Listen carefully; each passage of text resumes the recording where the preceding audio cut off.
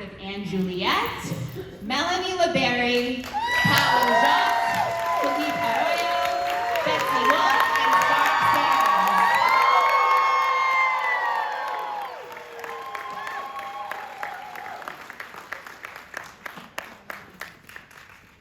Hi everyone. So I want to dive right in with the title of our panel today is the crossover between Shakespeare and pop. Also, I'm going to move my chair up a little bit because I can't see Marty. Hold on. Playing all the roles, stage manager as well. Okay, so the crossover between pop and Shakespeare. And as I said, the music in this show is specifically Max Martin's catalog. And when you look in your program and you see the list of hits by Max Martin, it blew my mind to see 100 songs listed there. And I was thinking about it that similarly, like Shakespeare had maybe not 100 hits, but he wrote about 30-something odd, 37 plays, I think it is. So I started thinking about the similarities between Max Martin and Shakespeare, and I was wondering, since you guys are on the inside of it, like, what is your take about those two people, those two artists, and the ways in which they seem to relate to you? I guess I'll take this one. Yeah, Shakespeare, take it away. I think what you're saying is exactly right. In our modern time, Max Martin has written more #1 hits than anybody but the Beatles. And he's still writing songs, and they aren't anymore. He has, in his own way, he's sort of kind of crafted our pop culture. He's sort of instructed us with his taste on what we like as people of the world. It's an incredible thing if you really dive into his story. And in a similar way, William Shakespeare was the most popular writer of his time, and it was the pop music of the time because everybody listened to it. The upper class, the middle class, the lower class, they all went to go watch these plays. They didn't read the plays back then. That wasn't a thing anybody did. You went to watch them. And so the way that they ingested their entertainment was to go to the theater. And in those ways, I do think that it's a kind of, when you think about it that way, it is a real natural pairing. Did you all have any conversations with your director, Luke Shepard, and your book writer, David West Reed, about like why pop music and why Max Martin, I mean, like you just drew a perfect parallel, but in speaking about like this song here and that song there, were there conversations about why it was a fit? Well, the thing about Max Martin, and you touched on it earlier, is that he has written so much material that whatever you're feeling, whatever the situation, there is a song. There is something that is appropriate for the moment. So we could have written some madcap cops and robbers thing, and we would have found something from Max Martin that would be appropriate for that, because he writes music that touches the length and breadth of the human experience. We have myriad emotions. We have an ocean in our hearts and in our lives, and Max Martin has basically gotten his own submarine and gone through that ocean, and in the best way, and came back. I do love this metaphor though. Maybe offense aside, I love the metaphor. But he went through that ocean and he was able to observe it, feel it, and then write about it. And so that's why it's appropriate, because he has it. It's there. And having been somebody who has been with the show for such a long time, we have songs there that are no longer there, that were appropriate at the time. The script has changed over time, and with the changes in the script, the songs have changed as well. Okay, so that brings me to my next question, which is, Melanie, I know that you've been with the show since the West End production in London. The rest of you have been with it since Toronto. And I'm curious if you can walk me through some of the changes that have happened some of the songs that maybe are still there but moved places, some of the songs that are no longer there, some of the songs that replaced a song that isn't there. And I've been with the show actually before the West End. I was with the show since 2017, since its first UK workshop. And which, by the way, Melanie, can we share your story that you were not a professionally trained actor previously? No. This woman, you guys, she was in London getting her master's. Oh, yeah, I did my master's is in organizational psychology. No, I wasn't, I didn't train as an actor. I'm a trained therapist, if anybody needs that. But I didn't, no, I didn't train as an actor. But I don't know which question am I answering? No, the song. It was a tangent, it was a tangent. I just wanted to say that prior to 2017, you had not been like grinding it out. Well, no, prior to 2017, I had been grinding it Oh, out okay, as an actor okay. because I've been in the West End for about 20 years. So, Yes. So I had, I went to theatre late, but I didn't train as an actor. But in The main terms of question of the songs. yes. There were songs that moved. I remember "Perfect," which is a song I sing stand alone with Juliet. Used to be in the wedding.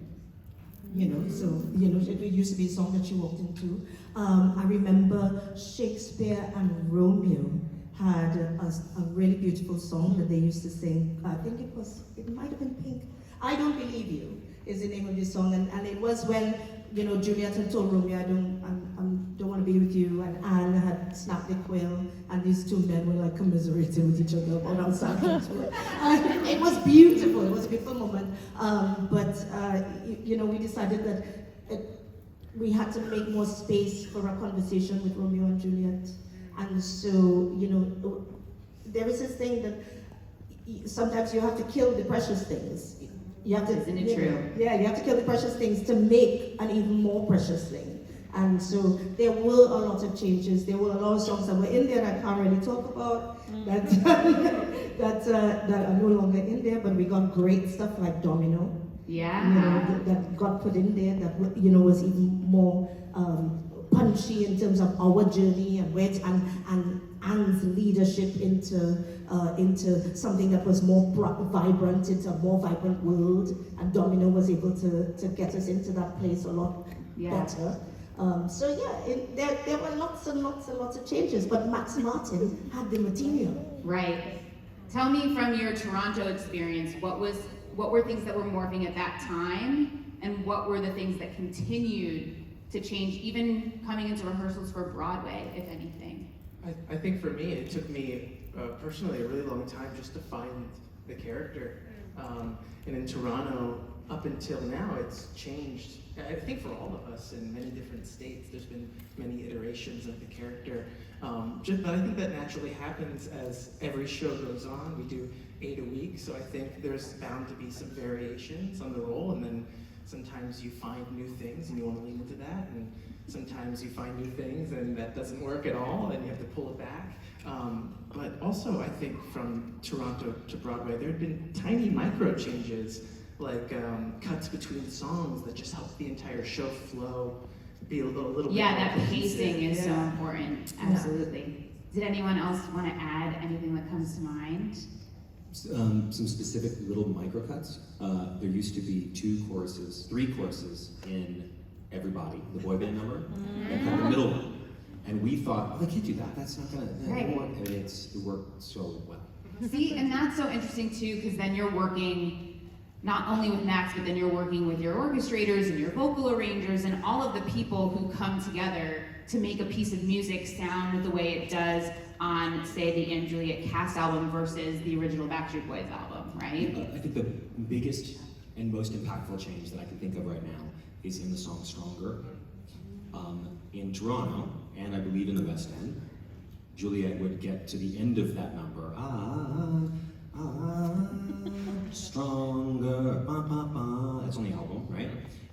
After Toronto, and after we recorded the album, the decision was made for her to not say the word stronger, and instead to break down, and sort of walk off the stage broken, because it made the next scene make more sense. Instead of her like triumphantly saying, "I'm defiantly stronger," she wasn't. And she still needed a little more time to find that, which we find in Roar. It was kind of a double ending. And when they did that, it really changed things for us and for the audience. Yeah, Philippe, did you want to add? I saw you take that. Well, part. I wanted to ask Mel, like, if that moment helped solidify her arc more, because you have to have that moment then to build her back up. Oh, me? Yes, Yeah. absolutely. Thanks, Philippe. Yeah, well, I think it did more for Juliet's arc, because I had to do what I was going to do anyway, which was go in there and basically get her ready to sing Roar. And that's my only job, is to make sure that she can, that she has the kind of psychic energy, that every bit of energy that I could put into her to sing Roar. Bearing in mind that she's just done a mammoth show and had the biggest vocal journey. And so now she's getting at the end. So it's basically me just pouring myself into her at that time. But I think it really did something for her, because she didn't get to the finish line before getting to the finish line. Yeah. She didn't finish the story before it was time to finish the story. And that's why I think Luke was so smart when it came to him just taking just that one word and just that full stop and making it a comma. Mm-hmm. Because then she can then end her sentence in Roar. Can I just say thank you to the ASL interpreter? You are so magnificent.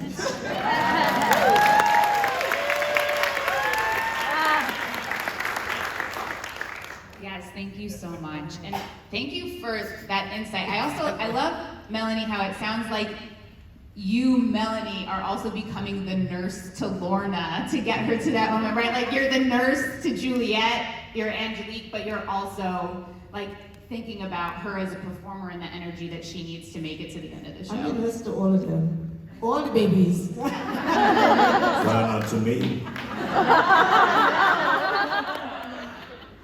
I mean, what's also so amazing is that all these songs that we're talking about, with the exception of Everybody, is that they're all of these like female empowerment anthems, right? Even though Max Martin wrote them, Kelly Clarkson, Katy Perry, Ariana Grande, Pink, like all of these people, all of these women, Jessie J, who like come out with these big voices, and that is the repertoire of the show in and of itself says something about the message of Anne Juliet, that we have these women characters, Lorna, not here today, but of course at the center of it all, really threading that line. And I think that that's the beautiful way that it departs from Shakespeare, because of course in Shakespeare's time, women weren't even allowed on this stage. Men were playing women's roles. So that's like that collision of Shakespeare and pop going, thank goodness we've made a little bit of progress, Stark and Betsy, I want to turn to you, because really what's so exciting about this is that the story of Anne Juliet is twofold. There's what's happening with the reimagined Romeo and Juliet as she's discovering herself, but there's also the story of Shakespeare and Anne and their relationship. Betsy, you've said previously that, especially after a hiatus from Broadway, this is the story you wanted to tell, and it's the show you needed to see. Tell me more. Why? I remember reading the script the first time in October 2021. How is that possible? That's insane. And about 3 pages in, I felt so full of possibility. I was smiling, I was laughing, I felt something, I could visually see what it could look like on a stage. And the more I read the script, I thought, this is so clever. Here we have Shakespeare, who we know everything about, but it's his wife who comes in and says, I think we can make some changes. We have the nurse, who we don't know a lot about. She says, I can make some changes. And we have Juliet, who is given a second chance. And so what you were speaking to is, it definitely was this defining moment of, oh, this is going to be different. And how do you take all these pop hits, and how do you take this hilarious book by the genius that is David West Reed? And I just, it's music that I grew up listening to. Totally. I can tell you exactly where I was when I heard these songs, what summer it was, what I was doing. And so for me, there was this part nostalgia mixed with this new possibility of change and hope. And I think that as a new mom, my daughter was 18 months old at the time too. I thought, what a cool story for her to listen to grow up, and for all of us, it's like, oh, this could be the change that we could see in the world, this amazing, colorful show. But for her, maybe someday, this will just be the world. She's watching it going, oh, this is just what happens. If nothing else, this is her first version of Romeo and Juliet, right? She's gonna get the other one later. So isn't that wild? It's a really crazy thing to think about.